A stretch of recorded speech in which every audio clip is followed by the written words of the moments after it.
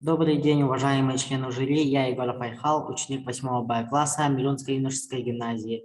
На вашу тему предоставляется тема «Интерактивный тренажер для умножения. Быстрый способ заучивания таблицы умножения». Проблема: нужно ли знать таблицу умножения? Если да, то как ее легче выучить? Тогда мы решили узнать, пригодится ли значение таблицы в жизни. Какими способами лучше запоминать табличные случаи умножения? Цель нашего исследования – выяснить, как быстрее и надежнее запомнить таблицу умножения.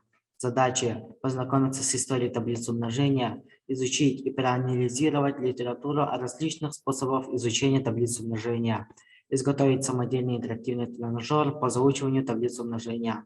Объект исследования – таблица умножения.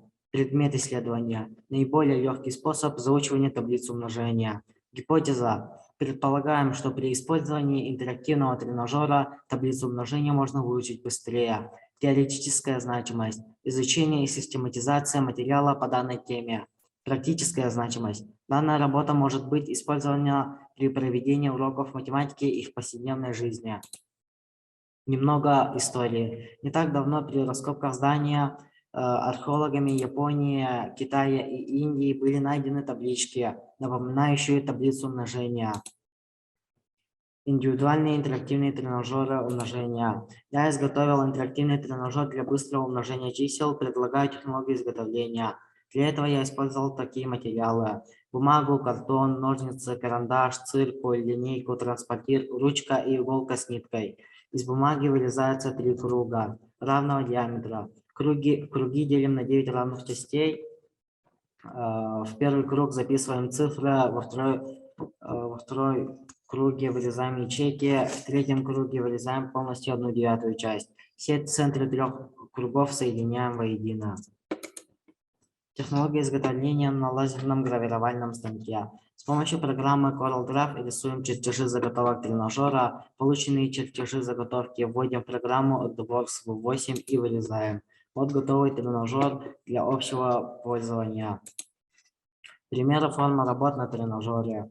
Решение простых задач на умножение.